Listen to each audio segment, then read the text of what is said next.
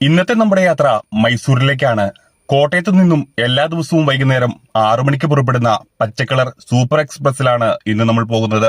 മുത്തങ്ങ ബന്ദിപ്പൂർ വന്യജീവി സങ്കേതങ്ങളിലൂടെ പോകുന്ന ബസ്സായതുകൊണ്ട് തന്നെ ഒരുപാട് വന്യമൃഗങ്ങളെ ഈ യാത്രയിൽ നമുക്ക് കാണുവാൻ കഴിയും.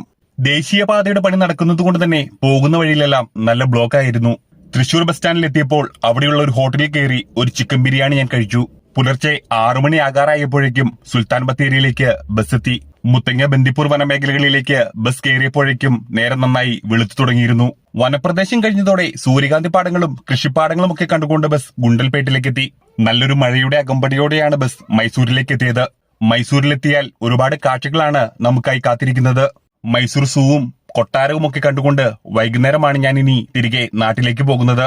8 മണിയോടെ നമ്മുടെ ബസ് മൈസൂർ ബസ് സ്റ്റാൻഡിലേക്ക് എത്തി. ഈ ബസ്സിലെ ടിക്കറ്റുകൾ നമുക്ക് മുൻകൂട്ടി ഓൺലൈനായി ബുക്ക് ചെയ്യുവാനായി കഴിയും. മറ്റൊരു യാത്രയുടെ കാഴ്ചകളുമായി നമുക്ക് വീണ്ടും കാണാം.